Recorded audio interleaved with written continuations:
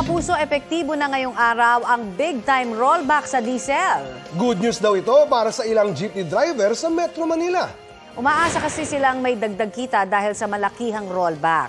3 piso ang bawas singil sa kada litro ng diesel na gamit sa mga jeep. Ikinatuwa rin ng ilang delivery rider ang 70 sentimong tapyas sa kada litro ng gasolina na gamit nila sa kanilang mga motorsiklo. May 2 piso at 30 sentimo ring rollback sa kerosene. Sabi ng Department of Energy, posibleng magtuloy-tuloy pa ang oil price rollback hanggang matapos ang 2023. Dahil yan sa magandang inventory ng langis ng Amerika at pagbagal ng manufacturing sector sa China.